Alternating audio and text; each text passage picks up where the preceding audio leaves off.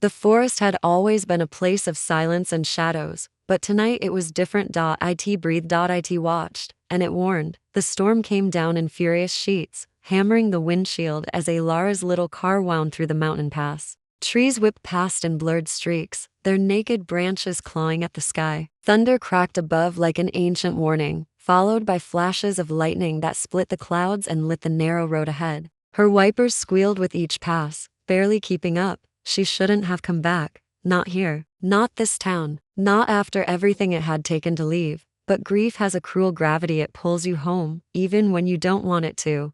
Ridgepoint. Even the name felt sharp in her throat. A town so buried in wilderness that most maps barely acknowledged it, and yet it held more of her history than she cared to remember. The funeral had come and gone 3 weeks ago. Her mother's voice, faint, cryptic, still echoed in her ears. From the letter she'd left behind. Go back to the cabin, Alara. There are things you need to remember.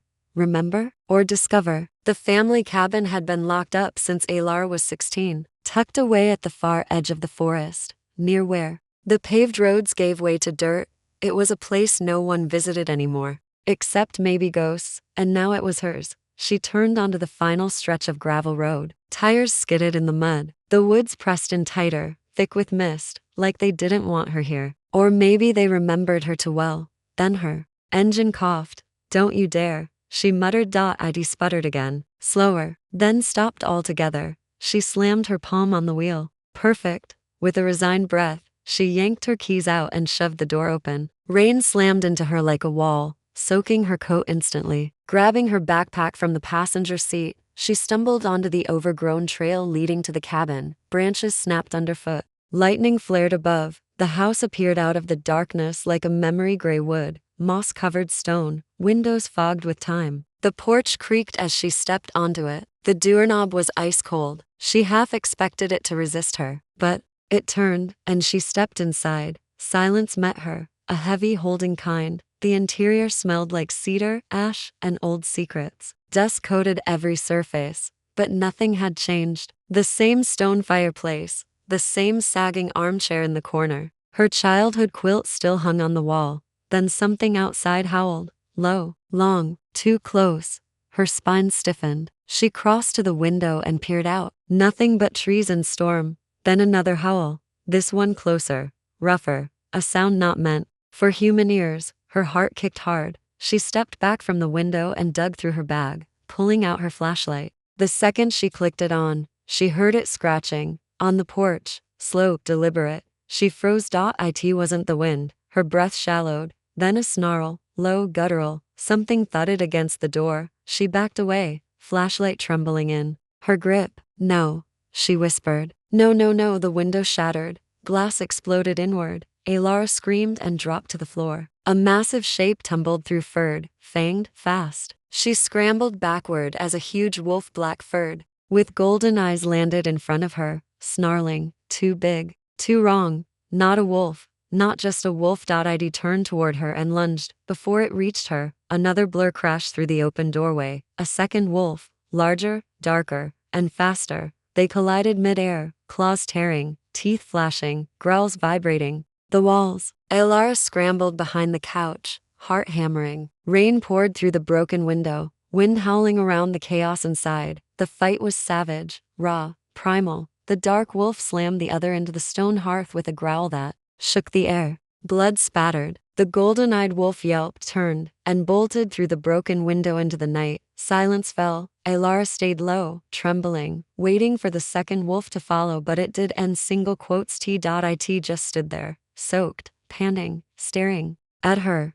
Its eyes weren't gold. They were gray, pale, sharp, familiar. It took a step forward, then bones cracked. Alara gasped as the wolf began to shift. Fur receded, limbs twisted. A horrible, wet sound filled the room, and where the beast had stood, a man knelt, naked, bleeding, steam rising from his bare skin, dripping water down his chest. Alara's breath caught. No, she whispered. Not him. Anyone but him. The man raised his head and her past slammed into her like thunder. Kate Ashthorne, the boy who used to trip her in the halls, who laughed when she cried, who once told her she didn't belong. He was broader now, sharper around the eyes. The boy long gone, but the gaze hadn't changed. He looked at her like she was the only thing left holding the world together. Alara, he said, voice ragged. She stumbled backward. How? You're not safe here, he said. They know what you are now. What I am? She asked, breathless. But he didn't answer, because his eyes rolled back, and Kate, her childhood enemy, now very much not human, collapsed. Unconscious at her feet, lightning flashed again, illuminating the wreckage of the cabin, and her whole world unraveled. Kate didn't wake for hours. Alara sat in the dim flicker of the fireplace she'd managed to get going, her hands trembling. As she poked at the logs with an iron poker, the cabin had grown cold. Even with the fire, the broken window let in enough wind to keep the air sharp against her skin. She glanced at the couch again. There he was, half covered by an old blanket she'd found in the closet, his skin damp, his body splayed like a sculpture fallen from heaven or hell. Muscles drawn tight, jaw clenched even in unconsciousness, and that mark across his chest, like clawed burn scars forming a crescent. She couldn't stop staring at it. Not safe. They know what you are now. What the hell had he meant? Outside, the rain had eased, but the wind moaned around the trees like it carried a message only wolves could hear. Alara couldn't look away from Cade for long. Not just because he was him, but because something had changed. He didn't look like the cruel boy from Ridgepoint High anymore. He looked haunted, older, tired, and when she found herself brushing a wet strand of hair from his forehead, she recoiled, cursing under her breath. What is wrong with you? She stood and began pacing. This is Cade Ashthorne, she muttered to herself. The guy who superglued your locker shut, who told people you kissed your cousin, who made your last year of school hell. So why? Did her heart ache when he groaned and shifted beneath the blanket? Why did her fingers twitch when he winced? The sound of wood snapping brought her back around. Cade was awake, barely. He sat up slowly, hissing as he gripped his side. Where? The cabin, she said, arms crossed tightly, his eyes lifted to hers, pale gray, like mist at dawn. They locked on her face, softening with something unreadable. Alara, he said. Like her name had weight. You remember me, she said. Flat. He gave a small laugh and winced. Yeah, you tend to remember the people you wronged. She blinked. That wasn't what she expected. I don't understand what's happening, she said. I drove into town to check on this place. My car dies. Wolves break through the window. You show up and turn into some monster. And then you collapse and say they know what I am now. What does that mean? Cade didn't answer right away. He looked at her, really looked at her, as if measuring whether she could handle the truth. Where were you born? He asked instead. She frowned. What? Here. Ridgepoint? Yeah. Why? He sighed. Your mom. Did she ever talk about the forest? Alara's stomach twisted. She warned me never to go deep into it. Said there were things out there we weren't meant to find. She wasn't wrong. He shifted, gritting his teeth as he sat up straighter. The blanket slipped slightly, revealing more of that strange mark across his chest. Alara's eyes darted away. Okay, he said. You want answers? I'll give you some. She waited. There's a world layered under this one, he began. One where wolves walk like men, and bloodlines are bound by moonlight. Some of us are born into it, others are marked by fate. You're saying you're a werewolf. I'm saying we are, he said, voice low. Alara laughed, but it cracked halfway out of her throat. You've lost your mind. I wish I had, Cade muttered. Would have made all this easier. She turned from him. I'm not like you. Then how did you sense me before I shifted? He said. She stopped. You felt it, didn't you? He asked. The pull, the heat, in your skin, the way the world went silent when we locked eyes. Alara's pulse pounded. No. That's just trauma. Adrenaline. It doesn't mean it's the bond, he said. She whirled around. What bond? Cade stared at her for a long moment, then quietly. You're my mate. Alara. Silence dropped like a stone in water. She stared at him, chest rising and falling to fast. No, she whispered. I didn't want this either, he said. Hell, I prayed it wasn't real. After everything I did to you, I don't deserve to be bonded to someone like you. She shook her head. This is crazy. This is insane. He reached out, and though she flinched, his hand didn't touch her. It hovered, inches from hers. You feel it. I know you do. Alara pulled away, her voice shaking. Even if this is true, even if fate is this cruel, I can't just forget who you were, what you did. I don't want you to, he said. I want you to remember. Because the person I was back then, he died a long time ago. And the man who stands here now would tear down the moon itself to protect you. A flash of thunder lit the room again. The wind outside howled. She turned toward the fire, arms wrapped tightly around her. I don't trust you, she said. I know, but I'm not kicking you out. Not yet. She heard the faintest sigh of relief behind her. Good, Cade said quietly. Because if what I felt tonight is true, there are more coming. She looked at him sharply. More what? Wolves, rogues, hunters, people who will sense what we are, and not all of them will want to talk. He leaned back against the couch, his face pale but resolute. We're in this now, Elara, whether you believe it or not, and though she didn't want to admit it, deep down, she already did. The next morning came with thin light and uneasy silence. Elara stood by the broken window, watching sunlight sift through the trees like pale gold dust. Everything looked deceptively normal, the forest quiet, the sky clear, no more storms or snarling wolves crashing through the walls. But her body felt different, tighter, like her skin didn't quite fit. Behind her, Cade moved quietly around the small kitchen, still wrapped in a borrowed flannel shirt and sweatpants. She'd tossed him from an old storage bin. He moved like a man used to being hunted, quiet, calculating, always alert. She hated how graceful he was, how confident he looked even when limping, how her eyes followed him no matter how hard she tried not to care. He poured hot water into two mismatched mugs. You still take your coffee black? She blinked. You remember that? I remember a lot more than you'd think. Elara sat down slowly at the small wooden table, fingers wrapped around the ceramic. Steam drifted upward, carrying the scent of bitter roast and forest ash. She didn't drink right away. You said something yesterday, she began, eyes never leaving him. Something about me being marked, that they know what I am now. Cade didn't look up. You want the pretty version or the real one? Try honesty, just for once, he sighed. You were born in Ridgepoint. That already puts you close to the bloodline. Most humans can't even enter these woods without feeling sick or lost. But you lived on sacred land, the edge of what we call the Hollow. Your mother was protecting you more than you realized. She knew? Elara whispered. I think so. Not everything, but enough to keep you far away from us, from me. Then, why didn't I feel anything? If this has always been part of me, shouldn't I have known? Because the mark doesn't wake until the bond is triggered. She stilled. And you triggered it? She asked, voice hollow. No, we did. Cade leaned on the table now, elbows planted, voice lower. Fate doesn't choose a mate without reason, Elara. Sometimes it's a reflection, sometimes a punishment, but always a path. When I saw you again, really saw you, it felt like the ground shifted. I didn't ask for that. I didn't either. His words landed like stones in her chest. She rose from the table and crossed to the fireplace. The embers still glowed faintly from last night. Her hand brushed the mantle as she stared at the soul mark on her wrist, the one she'd once thought was a scar from childhood. Only now, it shimmered faintly beneath her skin, silver white in certain angles. You think I'm becoming like you, she said quietly. I know you are. How does it work? He stood now, approaching slowly, like she was a wounded creature that might bolt. The bond links more than just hearts. It rewrites the body. The senses sharpen, first smells, sounds, instincts, then dreams, then the hunger. Her brows furrowed. Hunger? Cade's gaze was steady. For the woods, for the moon, for me.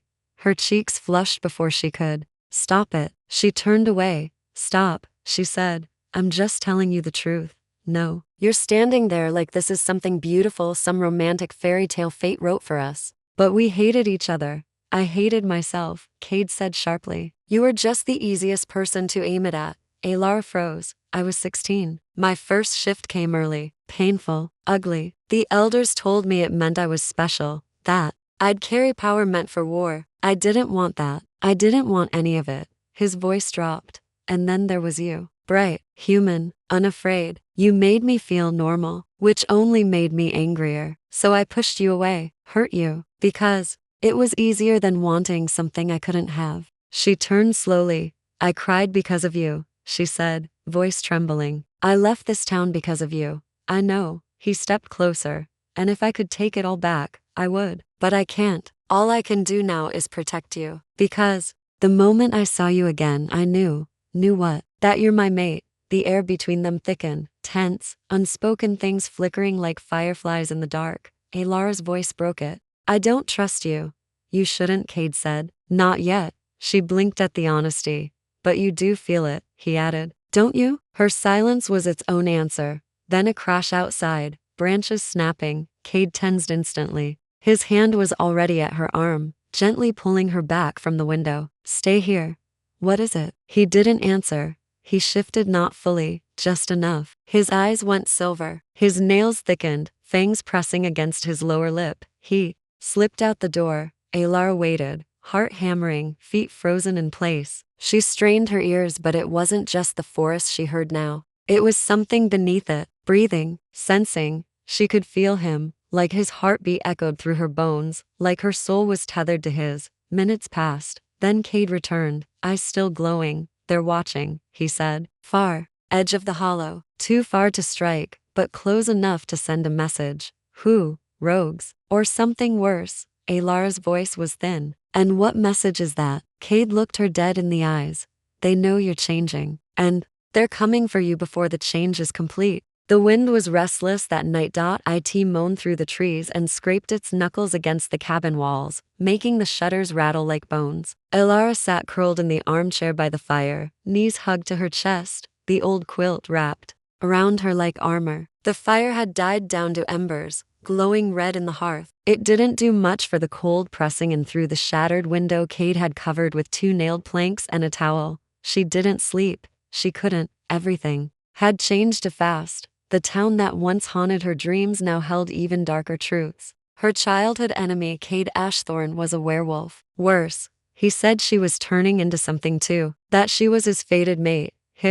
The boy who made her cry in bathroom stalls, who spat cruel jokes in crowded hallways, who always looked at her like she didn't belong. Now he looked at her like she was the last thing holding him together, and she hated that part of her didn't want him to stop. She glanced toward the kitchen. Cade was leaning against the counter, arms crossed, watching the night through a crack in the curtain. His shirt clung to his back, damp from repairing the window, and his hair had fallen messily over his forehead. She didn't want to notice him, but her body had started acting without her permission, eyes catching on the curve of his jaw, ears tuning into his breathing even across the room, her pulse reacting when his gaze flicked toward her. It wasn't just attraction. It was pull. Like a string knotted around her heart and tangled with his. He finally turned toward her. You should sleep. She snorted softly. You've said that 3 times. You haven't listened once. Gee, I wonder why. Maybe because I just learned my entire reality is a lie. He walked over, slow and cautious like approaching a wild deer. He crouched by the fireplace, tossing another log into the embers. Sparks leapt. Heat stirred. I didn't mean for you to find out like that, he said. But I didn't have a choice. You mean because of the fight? The window? He nodded. If I hadn't stepped in, the rogue would have killed you. Her brows knit. Why? Why now? Why would they come after me? They can smell the change, he said. It's subtle, but to them, it's a scent of power they don't understand. That terrifies them. And to you? He looked up at her slowly. To me, it smells like fate. She looked away quickly. The words burning her ears. Silence settled again, but this time not so heavy. Just waiting. Finally, she broke it. You really were horrible to me. He let out a quiet breath. I know. Why? Cade sat down on the floor beside the armchair, knees pulled up, arms resting over them. I was a mess, he admitted. You were right. I lashed out because I hated myself. My first shift came when I was 14. My dad had been hiding what we were for years, told me it'd skip me, that I was too human. Then the pain hit one night, and I shifted alone. In the woods. It nearly killed me. She watched him now, the confession unraveling something inside her. I ran back to town naked, shaking, covered in blood. Not mine. I'd killed a deer, mauled it, and the worst part, I liked it. That scared the hell out of me. I didn't feel human after that. He looked at her raw. Then you came to school, smiling, talking about books and photography and sunflowers. I wanted to hate you. You made me feel too much. She held his gaze. So you decided to break me. I regret every second of it. The honesty in his voice, its brokenness dug under her skin like frostbite. She didn't know what to do with it. She reached down slowly, pulling the quilt off her shoulders and offering him the other half. He hesitated only a moment before sliding closer and wrapping it over them both. They sat side by side on the floor now, backs resting against the couch. The fire warmed their legs. I don't forgive you, she said quietly. I don't expect you to, but I think I'm starting to believe you're not the same person anymore. He turned his head slightly. What changed? You looked me in the eye, she said, and didn't flinch. They sat in silence again, but this time, it felt like something had been cleared away, one brick removed from the wall that separated them. Alara broke it again. You said I'll start changing. Yes. When? He hesitated. You already have. Her throat tightened. Will I lose myself? No, you'll become more of yourself. She looked at him, eyes shining faintly in the firelight. Are you sure? I wasn't before, he said. But then I heard you call my name last night. You were scared. But you trusted me, even when everything inside you screamed to run. Her heart beat faster. I think, he continued, voice low. You've always had something inside you. Something wild, something ancient. You just spent your life trying to bury it under normal. She closed her eyes, the truth of it pulling at the edges of her soul. She had always felt too much, heard things others didn't, been drawn to the woods in ways she couldn't explain. And there were dreams, long dreams of wolves and silver, moons and blood on snow that she never dared speak aloud. What if I'm not strong enough for this? She whispered. Cade didn't hesitate. Then I'll be strong enough for both of us. A pause, then slowly, cautiously, he reached over and laced his fingers with hers. She didn't pull away. Their joined hands sat warm between them, the firelight dancing across their skin. It was the first moment since this nightmare began that Alara felt anchored not to her past, or to her fear but to something real. To him. I don't know what this is, she whispered, but I want to understand it. His fingers tightened gently around hers. Then let me show you. Outside, the wind quieted, and in the firelight, two broken people sat wrapped in silence, not as enemies, not as strangers, but as something far more dangerous. Two souls beginning to trust. The following morning arrived cloaked in fog. The forest surrounding the cabin was silent to silent. No birdsong, no rustle of movement in the underbrush, just stillness, like the trees themselves were holding their breath. Alara stood barefoot on the porch, the rough wood cool against her skin. She hadn't meant to come out here in nothing but a sweatshirt and leggings, but something had pulled her from bed before the sun fully rose. A pressure beneath her skin, a whisper just beyond her hearing. Her gaze followed the tree line, the same stretch of pine and moss and tangled underbrush that once felt like home now seemed unfamiliar. Watching, waiting, Cade was already outside, as if summoned by the same force. He stood near the woods, bare-chested despite the chill, muscles flexing with each breath as he turned slowly in place, sensing something. She watched him from the porch steps, unable to ignore the change in him. Not just the strength in his body or the sharpened instinct in his movements, but something deeper, something older. Like he didn't just belong to the woods, he was the woods. He turned to her suddenly. You feel that? I don't know what I feel. It's not the wind. He took a few slow steps toward her. Something's off. The forest is holding back. Is that a normal werewolf thing? Only when there's something worse nearby.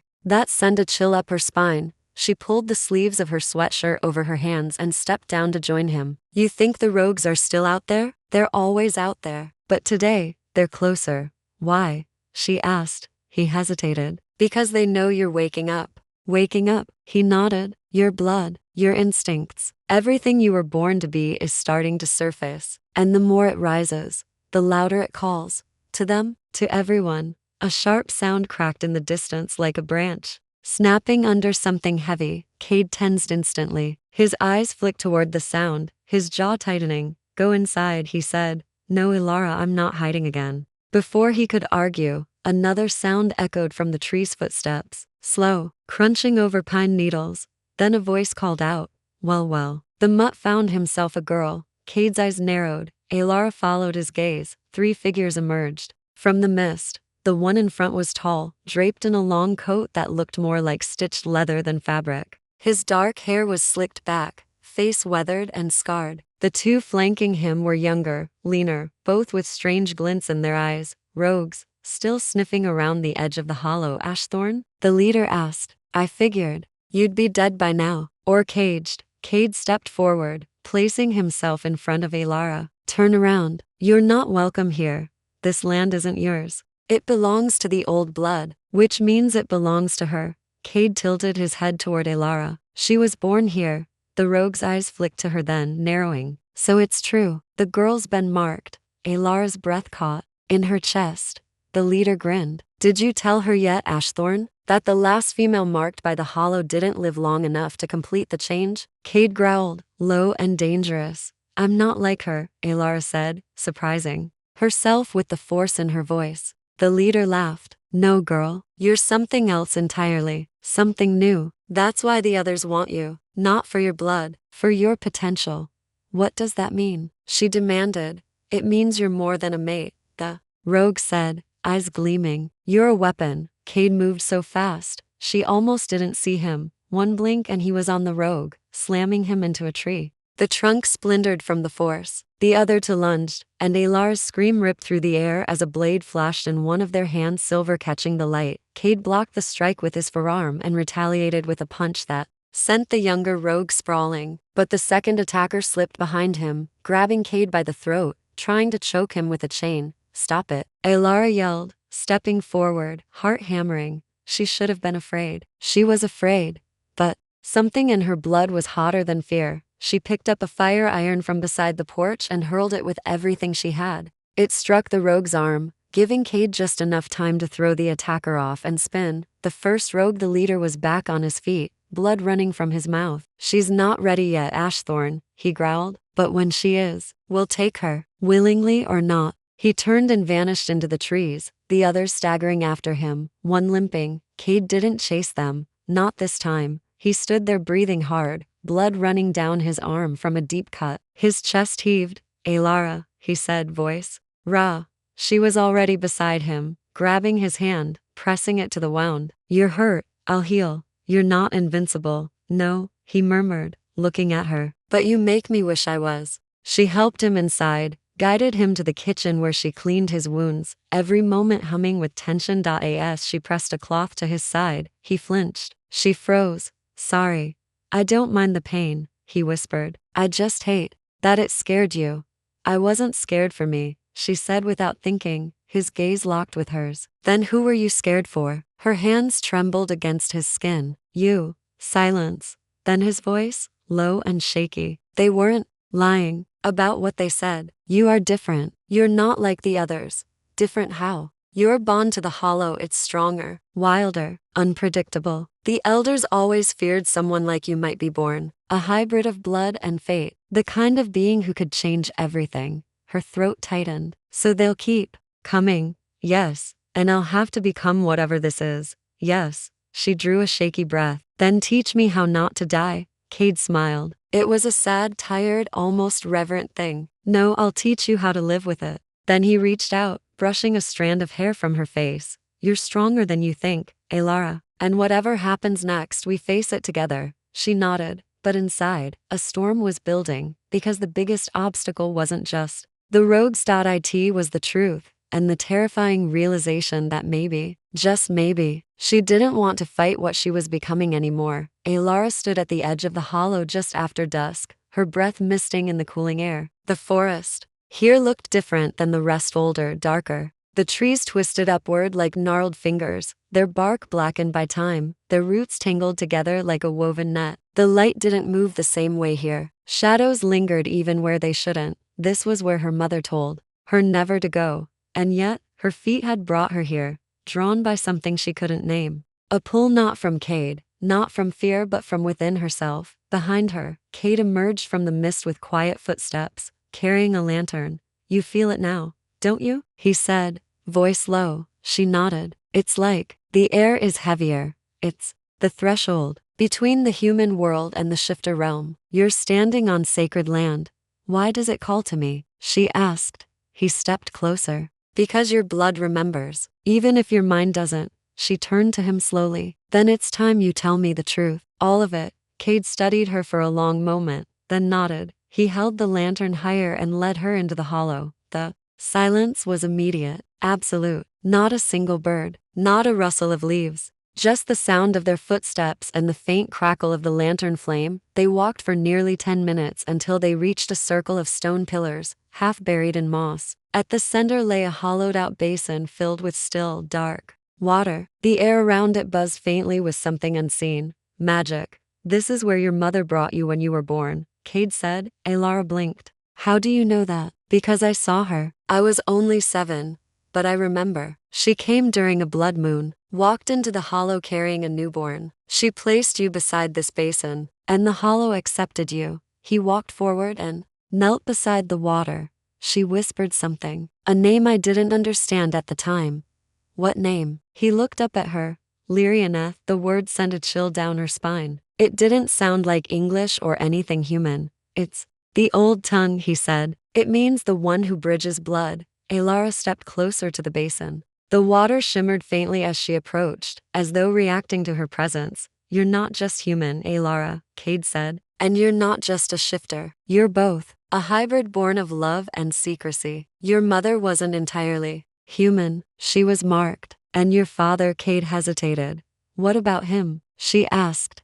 Cade stood slowly. Your father was a rogue. The word hit her like a slap. No, she whispered. That can't be right. My father died in a car accident.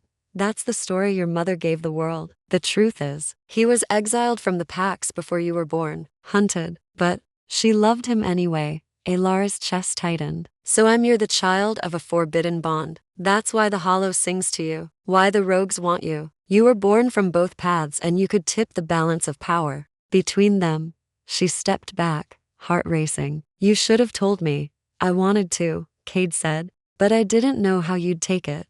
Then why now? He looked at her with something heavy in his eyes. Because the hollow has chosen you. And once it calls a blood marked, it doesn't stop until the truth is faced. Alara turned back to the basin. Her reflection stared up at her pale skin, wind-tossed hair, silver eyes glowing faintly in the lantern light. But the longer she looked, the more her reflection shifted. Her cheekbones sharpened, her irises glowed brighter. Behind her, faint outlines of a wolf shimmered, not Cade's, hers. I'm changing, she whispered. Yes. Can I stop it? Cade stepped beside her, voice softer now. Why would you want to? She didn't answer. She didn't know. All her life, she'd felt fractured, like there was a piece missing. Something wild inside her she couldn't name. And now, standing here, in this impossible place, with her blood humming and the earth listening, she finally understood. That piece had never been missing. It had just been waiting. Suddenly, the silence shattered. A piercing howl echoed through the hollow, high-pitched, guttural, angry. Cade grabbed her arm, pulling her close. That's not one of ours.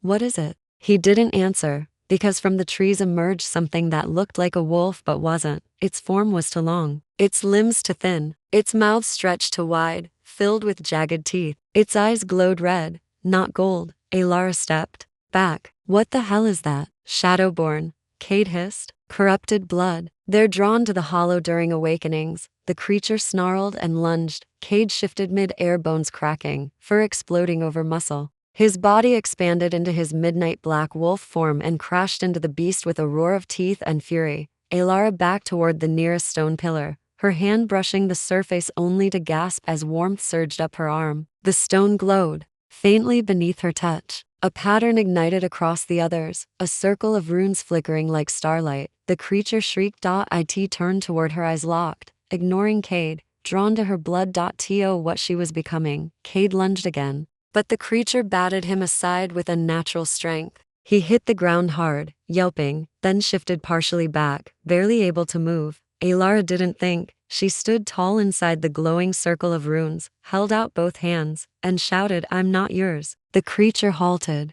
Her voice echoed like thunder, not just in the air but in the trees, in the earth. The basin behind her shimmered violently. The ground trembled. The creature screamed and tried to cross the rune circle only to burst into ash mid-step, its form collapsing like burning leaves. Silence returned. Cade groaned from the dirt, eyes wide. Alara, he breathed, crawling toward her. What did you just do? She looked down at her hands. They glowed faintly. Her blood thrummed. She knelt beside him. I think I remembered who I am. He reached up, cupping her cheek with one trembling hand. You're not just a shifter. No, she whispered. I'm the daughter of the hollow. And for the first time in her life, she wasn't afraid of it. The hollow was no longer just a place. It was inside her now. Alara could feel it in every breath, the low hum under her skin, the ancient memory in her blood. The magic she'd awakened at the basin hadn't faded. If anything, it had deepened. Her senses had sharpened. The distant rustle of leaves felt like whispers, and the heartbeat of the land echoed faintly beneath her feet. And yet, all that power didn't prepare her for the look on Cade's face as he sat across from her in silence. They were back at the cabin. The fire had gone out hours ago, but neither of them moved to reignite it. They hadn't spoken since returning. From the hollow, Cade's jaw was tense, his knuckles white as he gripped the edge of the table. Alara leaned forward, her voice a quiet question. "What are you not telling me?" He didn't look at her. "You should rest." "That's not an answer." Still nothing. She stood slowly, walked around the table, placed her hand on his arm. He flinched, and in that moment, she knew it wasn't just fear or doubt in his eyes. It was guilt. "Cade," she whispered. "Tell me." Finally, he looked up at her, pain carved into every line of his face. "I didn't come back to Ridgepoint because I missed it," he said. "Or because of the pack." Her heart started to pound. "I came back because they told me you'd be here. The elders, the council, they'd been watching the hollow for years, waiting for a sign. And then, your name surfaced. The daughter of a rogue and a hidden blood marked. Living in the city, alone." Alara took a step back. "You knew." "I knew who you were before I saw you again," he said. "They sent me to track you, to see if the bloodline survived, and if it had, I was supposed to bring you back." She felt like the floor shifted beneath her. "All this time," she said slowly, "everything you've done, the way you looked at me, protected me, was it just orders?" "No." He stood too, voice rising. "It started that way, yes. But the moment I saw you, truly saw you, everything changed." Tears stung at the corners of her eyes. "And yet you still didn't tell me, because I knew what it would do to you," he said. "You finally started to trust me. How could I risk losing that?" Alara turned away, shaking her head. "You already did." Cade crossed the room into strides. He caught her wrist gently but didn't pull her to face him. "I didn't lie about everything," he said. "The bond is real. What I feel for you is real. But there's more." "Of course there is." He hesitated. "Before the council sent me, they gave me a choice," he said. "If you showed signs of awakening, they wanted me to bring you back by force, to deliver you to them before the rogues could find you." Alara's stomach turned. "And if I refused," he added quietly, "they said they'd send someone else. Someone who wouldn't hesitate." Her voice trembled. "So you agreed?" "I agreed," he whispered, "because I thought I could protect you from both sides. The pack, and the council." She finally turned to him, eyes shining with betrayal. "And when were you planning to tell me this? After they locked me away? After they cut me open to study the hybrid inside?" "No," he said fiercely. "I was never going to let that happen. I planned to take you and run, far from all of them." "And now?" Cade exhaled shakily. "Now, it might be too late." Alara's blood ran cold. He walked to the small cabinet by the fireplace and pulled out a weathered envelope, sealed in red wax. She took it slowly. Inside was a single sheet of parchment, the handwriting tight and slanted. "The hollow has chosen. Bring her in. The circle will not wait. You know the cost of failure." Who's he?" she asked. "Elias," Cade said, "High Seer of the Council, and my uncle." She stared at the paper. Everything clicked into place. The way Cade always seemed to know what was coming. His silence, his secrets. She stepped back. "You betrayed me. I protected you." "No," she said, voice breaking. "You used me." Cade took a breath, but she turned away from him, walking toward the door. "Alara, please. I need time."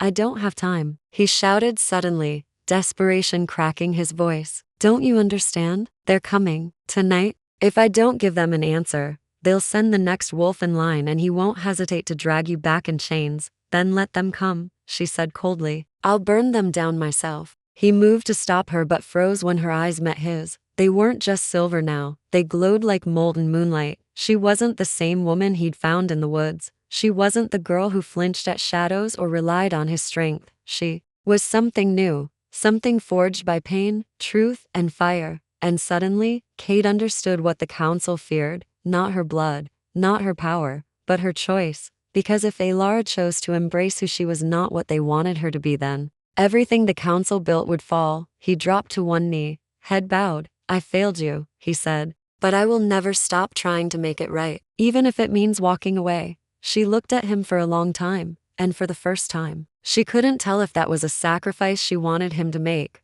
or one he was making because he still believed she was worth it. Elara didn't sleep, not that night. Not with the council's letter burning in her pocket like a curse. Not with Cade's confession echoing in her chest like a thunderclap. The cabin walls felt tighter, the shadows longer, the silence heavier. She sat on the porch steps, the wind stirring her hair, the night sharp with pine and frost. The moon hung low above the tree line, not yet full, but swollen and strange. The world felt like it was holding its breath, waiting for her to break or rise. Footsteps sounded behind her. She didn't turn. I told you I needed space. Cade sat beside her anyway, his presence quiet, but undeniably there. I wasn't trying to take it from you, he said. I couldn't be in there alone anymore. A long pause. Elara pulled the old quilt tighter around her shoulders, though it wasn't the cold she needed protection from. I trusted you, she said softly, more than anyone. That's not something I do easily. I know. I still don't understand how you could look at me like I mattered and still keep something that big from me. Cade's jaw clenched. Because I didn't think I'd get the chance to look at you again. That made her turn. He was staring at the moon, face drawn, eyes shadowed with something more than guilt, something close to grief. I've done things I can't take back, he continued. Things that haunt me. But you, Elara, you made me feel like I still had a soul. And I was terrified that the moment I told you the truth, you'd rip it out of me. Silence stretched between them again, filled only by wind in the trees and the quiet aching between hearts. Then he said, barely audible, I don't know how to be good. I just know I want to be for you.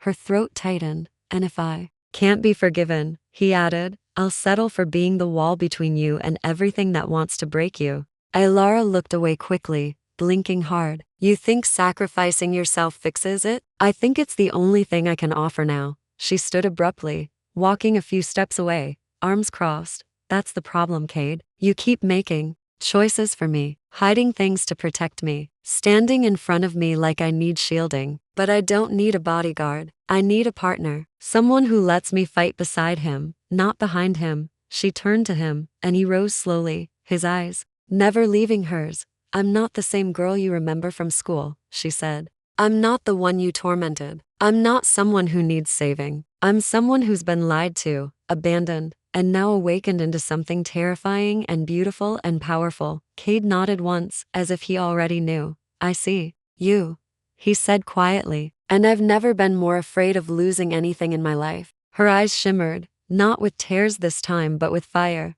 Then show me, she whispered. He blinked. What? If this bond between us is real, she said, stepping closer, then show me who you are. No masks, no secrets, no protecting me from the truth. Cade hesitated. His eyes flickered toward the woods. Here. A long silence passed. Then he took a breath and began to shift. It wasn't like before. This time, it was slow, controlled, intimate. His bones cracked, gently, reshaping. Fur rolled over his skin like a shadow. His eyes gleamed silver, not gold, and his wolf form stood tall, taller than before, almost regal in its poise. Strong, proud, and still somehow broken. He stepped forward and bowed his head to her. Elara reached out. Her hand brushed his fur, warm, real. She closed her eyes and then something inside her responded. It wasn't painful. It was like a second heartbeat, a pulse of heat and memory. She wasn't afraid of it. The hollow was no longer just a place. It was inside her now. Elara could feel it in every breath, the low hum under her skin, the ancient memory in her blood. The magic she'd awakened at the basin hadn't faded. If anything, it had deepened. Her senses had sharpened. The distant rustle of leaves felt like whispers, and the heartbeat of the land echoed faintly beneath her feet. And yet, all that power didn't prepare her for the look on Cade's face as he sat across from her in silence. They were back at the cabin. The fire had gone out hours ago, but neither of them moved to reignite it. They hadn't spoken since returning. From the hollow, Cade's jaw was tense, his knuckles white as he gripped the edge of the table. Elara leaned forward, her voice a quiet question. What are you not telling me? He didn't look at her. You should rest. That's not an answer. Still nothing. She stood slowly, walked around the table, placed her hand on his arm. He flinched, and in that moment, She knew .it wasn't just fear or doubt in his eyes. It was guilt. Cade, she whispered. Tell me, finally. He looked up at her, pain carved into every line of his face. I didn't come back to Ridgepoint because I missed it, he said. Or because of the pack. Her heart started to pound. I came back because they told me you'd be here. The elders, the council, they'd been watching the hollow for years, waiting for a sign. And then, your name surfaced. The daughter of a rogue and a hidden blood marked. Living in the city, alone. Alara took a step back. You knew. I knew who you were before I saw you again, he said. They sent me to track you, to see if the bloodline survived, and if it had, I was supposed to bring you back.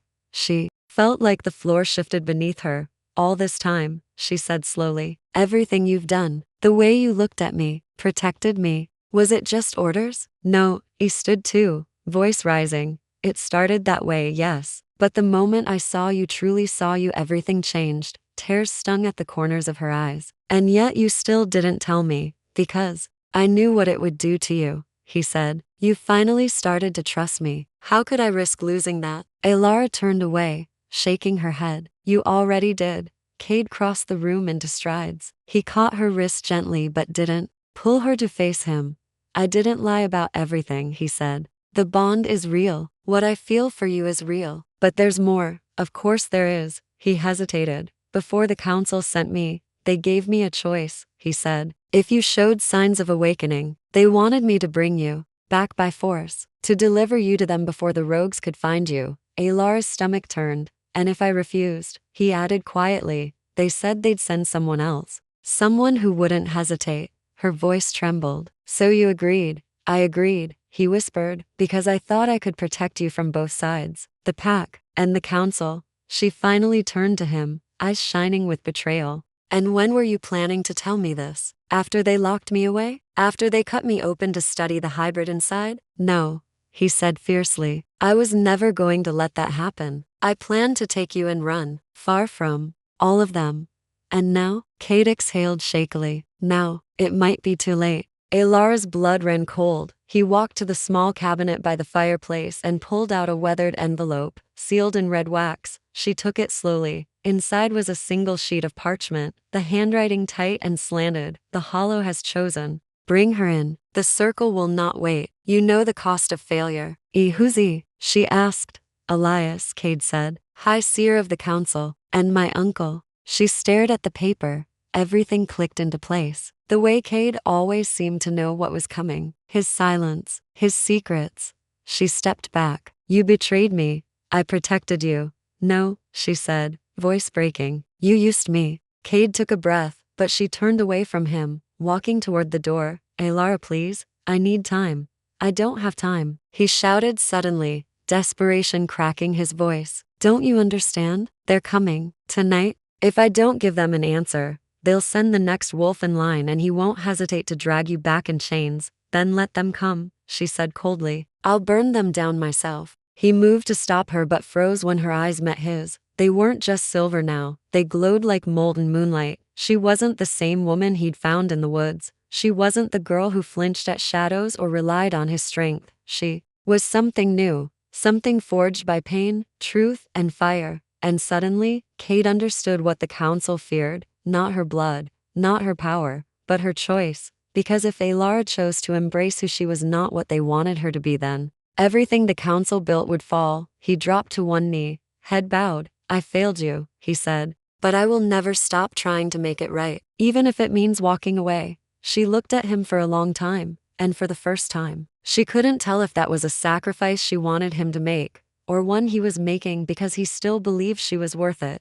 Alara didn't sleep, not that night. Not with the council's letter burning in her pocket like a curse. Not with Cade's confession echoing in her chest like a thunderclap. The cabin walls felt tighter, the shadows longer, the silence heavier. She sat on the porch steps, the wind stirring her hair, the night sharp with pine and frost. The moon hung low above the tree line, not yet full, but swollen and strange. The world felt like it was holding its breath, waiting for her to break or rise. Footsteps sounded behind her. She didn't turn. I told you I needed space. Cade sat beside her anyway, his presence quiet, but undeniably there. I wasn't trying to take it from you, he said. I couldn't be in there alone anymore. A long pause. Alara pulled the old quilt tighter around her shoulders, though it wasn't the cold she needed protection from. I trusted you, she said softly. More than anyone. That's not something I do easily. I know. I still don't understand how you could look at me like I mattered and still keep something that big from me.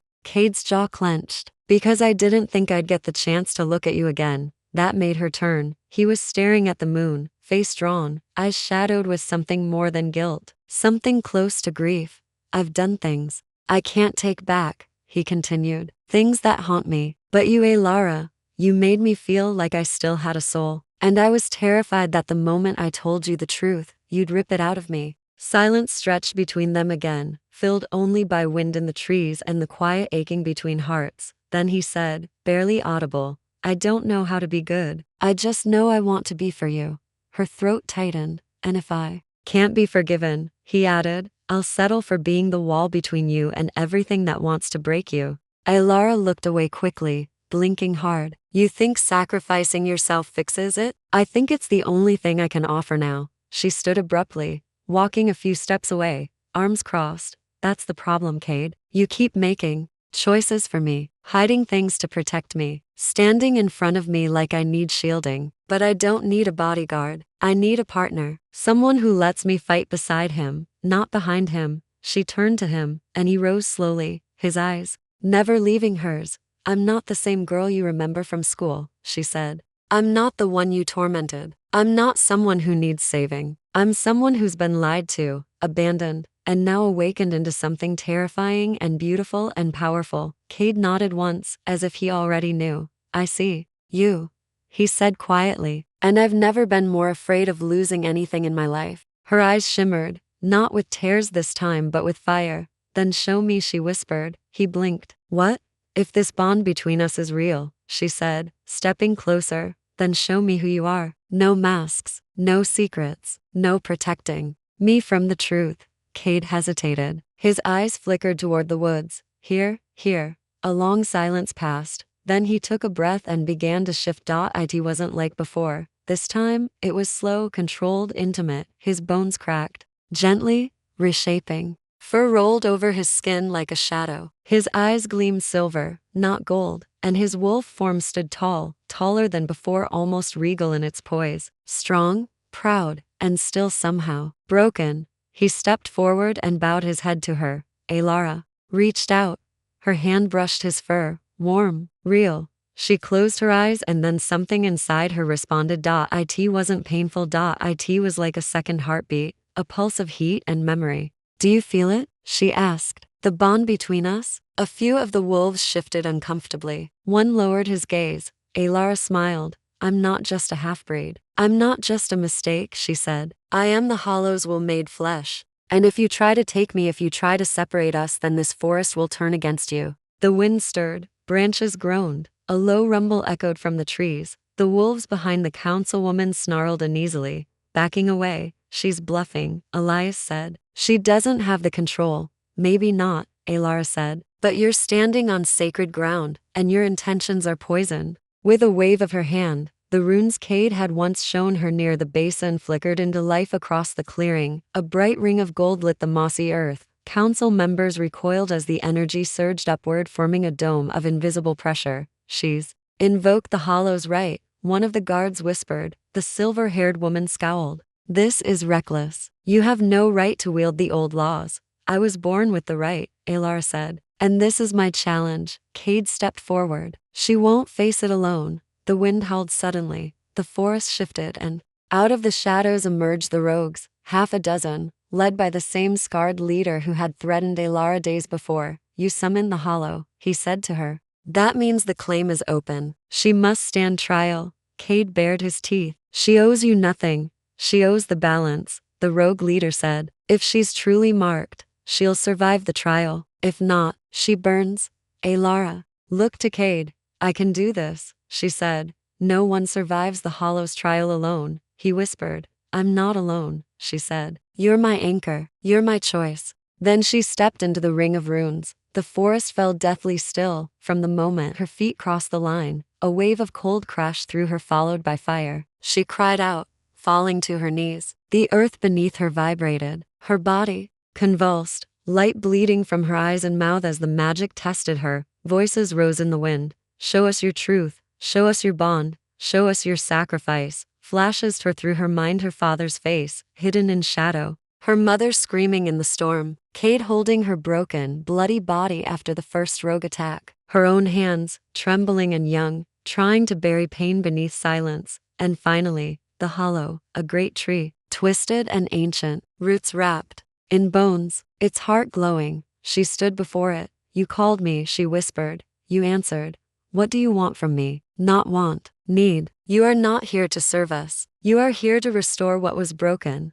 I'm not enough. Then become more. A burst of power exploded through her chest. The clearing flared with white light. Everyone outside the rune circle staggered, blinded. When it cleared, Alara stood at the center, her hair whipped around her face like fire. Her skin glowed faintly with runes. Her eyes no longer silver, but pure white radiated with power. The hollow had accepted her. Cade dropped to one knee, overcome. Even the rogues retreated. Alara looked at Elias, her voice no longer shaking. You want to judge me? Then let me judge you. Elias tried to speak, but the ground opened beneath him. The runes rejected his blood. He screamed, falling to his knees as the hollow's judgment wrapped around him in twisting tendrils of root and shadow. You lied, Alara said. You manipulated. You tried to kill a child to maintain a broken system, but the hollow sees now. It remembers. Elias gasped. Please, the roots recoiled at her mercy. She turned away. Let the council see that mercy still exists in this world, she said. The forest released him, but he would never wield power again. The rest of the council fell silent, and the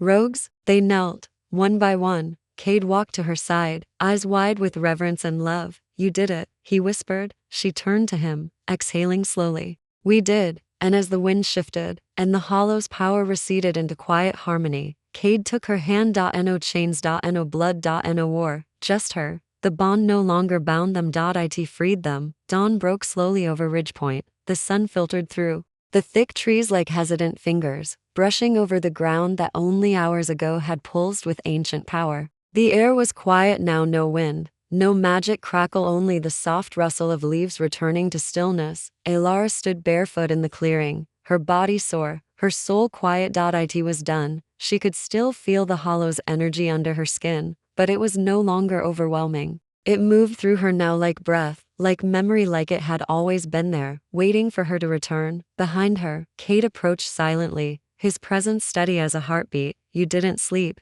he said gently. I couldn't, she murmured. There's too much still echoing inside me. He moved beside her and offered a small, folded bundle, her boots, cleaned of mud. They'll come looking for answers soon. She took them, eyes distant. Let them. I'm done hiding. They sat in the quiet for a few minutes. Birds began to call in the trees, cautiously at first, as if testing the new world. Finally, Alara turned to him. You should know, when I saw the hollow, it showed me everything. Not just memories, not just power. It showed me truths I hadn't dared speak. Cade's brow furrowed, but he didn't interrupt. She continued, voice steady. My mother wasn't just hiding me from the council. She was hiding me from him. A long pause. Your father? He asked. She nodded. He wasn't killed in an accident. He left us willingly, joined the rogues, but not out of desperation, out of belief. He thought the hollow's power should be taken, not shared. That bloodlines like mine should rule, not balance. And now you've proven they were wrong, Cade said softly. I don't know if I proved anything, she replied, but I know I'm not his legacy. I'm hers. I carry her mercy, her choice. Cade nodded once. Then maybe it's time. The others hear that too. They returned to the cabin as the sun fully crested the treetops. It was already stirring with quiet activity. Shifters, elders, even former rogues who now followed her with a strange kind of awe. No one bowed, but they watched and waited. She stepped into the old front yard, where a circle had gathered in silence. Cade remained behind, letting her walk alone. Alara's eyes scanned the crowd. Some familiar faces, some hostile, some hopeful, but they all stilled when she began to speak. I'm not here to be your alpha, she said, and I won't take a throne built on fear. Murmurs rose, but she lifted her hand, and the hollow's mark shimmered faintly on her wrist. I was born from the worlds, she continued. One that feared magic, one that tried to own it. And I've seen what happens when either side rules alone. She looked directly at the council remnants. The balance was never about purity. It was about harmony. And harmony doesn't come from obedience. It comes from truth. A few elders lowered their heads. I won't be your queen. I won't lead your wars, but I will stand for those caught between, for those with mixed blood, broken pasts, and power they never asked for. Her voice broke slightly, but she didn't stop. I am not the Hollow's weapon. I am its voice. The wind moved again, not harsh, not wild, but approving. Someone began to clap, quiet at first, then louder. More followed. Cade stepped forward as the sound grew. His eyes met hers, pride softening every line of his face. He said nothing. He didn't need to. Later, as dusk painted the trees in gold, they walked together back toward the edge of the hollow alone this time. No council, no followers, just them. You were incredible today, he said quietly. I was honest. She replied, that's harder. She smiled faintly then hesitated. There's one more truth I haven't told you, she said. Cade stopped walking, gaze steady. Whatever it is, I can take it. She turned to him, barefoot in the moss, the wind lifting her hair. I'm not staying here, she said. Not forever. He didn't answer immediately. I don't want to rule. And I don't want to live under someone else's rules either. I want to go, see what the world looks like with this new part of me, understand the magic that lives beyond this forest. Cade stepped closer. And what does that mean for us? Elara took his hand, threading her fingers with his. It means, I want you beside me, she said, but not to follow, to choose, to walk beside me because you want it, not because the bond told you to. His breath was shallow, but his eyes were clear. Elara, I know this wasn't what either of us imagined, she added, but it's real, you and me. This thing between us, it doesn't feel like fate. It feels like a second chance. Cade pulled her close, wrapping his arms around her like he never planned to let go again. I don't care where we go, he whispered. I'll follow you into fire if that's where you lead. She laughed softly, resting her forehead against his. Let's start with a road trip. He smiled. Deal. They stood there as night fell again, stars blooming above them like silent blessings. The world had changed,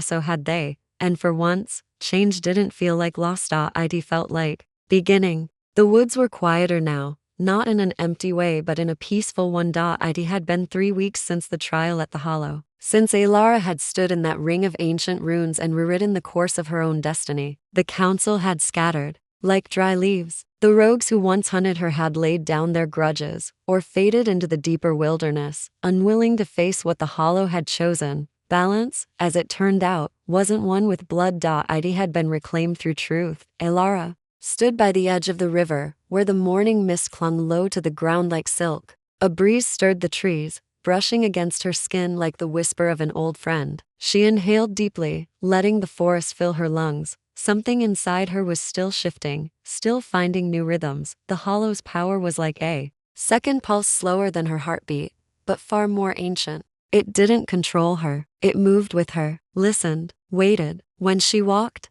it walked too. She wore no cloak, no mark of leadership, just jeans, a loose sweater, and a single charm around her neck crafted from the remains of the old rune stones. Cade had made it for her the night they'd returned from the trial, a symbol of her choice, not a queen, not a savior, just herself. Behind her, Cade approached without sound, though she sensed him long before he reached her. She always did now. The bond was no longer a thrum of power or overwhelming emotion. It was soft, steady, like gravity. He slid an arm around her waist, pulling her gently into him. You're quiet this morning, he murmured. Just thinking. Dangerous. She smiled. It's strange. The world feels too big all of a sudden, like now that I'm free to live. I don't know where to begin. We'll figure it out, Cade said. Together. She leaned back against him. We always do. They stood in silence for a while, the river's hush the only sound between them. Are you sure you're ready? Cade asked. Elara nodded. Slowly. They had spent the last few weeks packing up the cabin carefully, with reverence. It was the place where she'd faced her fears, where the Hollow had whispered her name, where Cade had laid bare every scar he carried. But now it was time to move on. The past had shaped them, but it would not define their future. I'm not running, she said. I'm just choosing. He kissed her temple. I know. The plan was simple. They would head west toward the mountains where her mother had once hidden, where old packs had long ago disbanded and left behind traces of lore and legend. Elara wanted to find what had been lost, wanted to see if her story could be a bridge between the old and the forgotten. But more than that, she just wanted to live, not under a prophecy, not under a title, just freely. They returned to the cabin, one last time to gather their things. The place felt less like a battleground now, and more like a memory. Cade walked through the living room slowly, fingers brushing across the marks carved into the beams, scratches from wolves, from blades, from life. We'll come back, Elara said behind him. When the time's right. He turned and smiled. You read my mind. By midday, they were packed. No ceremony, no speech, just two people who had walked through fire and come out with something stronger than fate. They passed through the edge of the Hollow's grove on their way out. Trees arched above them like a cathedral of green. The air shimmered faintly, like the land itself acknowledged them. Elara paused. She stepped toward the oldest tree, the one with the glowing heartwood, the one that had shown her who she really was. She reached out and placed a hand against the bark. It was warm. Thank you. No voice answered. But she didn't need one. The forest understood. Behind her, Cade waited. When she turned, something in his expression softened. What is it? She asked. I didn't think I'd live long enough to find peace, he said. I didn't think I'd deserve it. You do. He nodded once. So do you. They continued on foot, choosing the long way out of the forest. Cade led part of the time, but often, Elara veered toward quieter paths, routes the Hollow nudged her toward. They passed through places untouched by conflict, waterfalls hidden behind thick fern walls, clearings blooming with silver flowers, deer who didn't startle as they walked by, and as they moved forward, they left behind their old selves, the girl who ran from nightmares, the boy who served a broken system. They were something else now. They didn't talk much during that last stretch of forest. But the silence wasn't empty, it was sacred, shared, understood. When they finally reached the edge of the trees, where the forest ended and the road began, Elara stopped. She turned back one last time. The Hollow loomed behind them, beautiful and vast, no longer haunting, just home. Even if they never returned, it would live in her blood forever. Ready? Cade asked, slinging the bag over his shoulder. She nodded, and as they stepped onto the road, hand in hand, she felt no fear. No dread, only peace. A new life waited ahead, filled with unknowns, sure, but also with freedom, with discovery, and with love that had been tested by every force that sought to destroy it. She looked up at him, eyes shining. We survived the forest, she said. Now let's see what the rest of the world has to offer. He smiled. As long as I'm beside you, I don't care where we go. And with that, they walked forward into a future no prophecy could claim. No council could define. Only their own hearts could. Together. At last.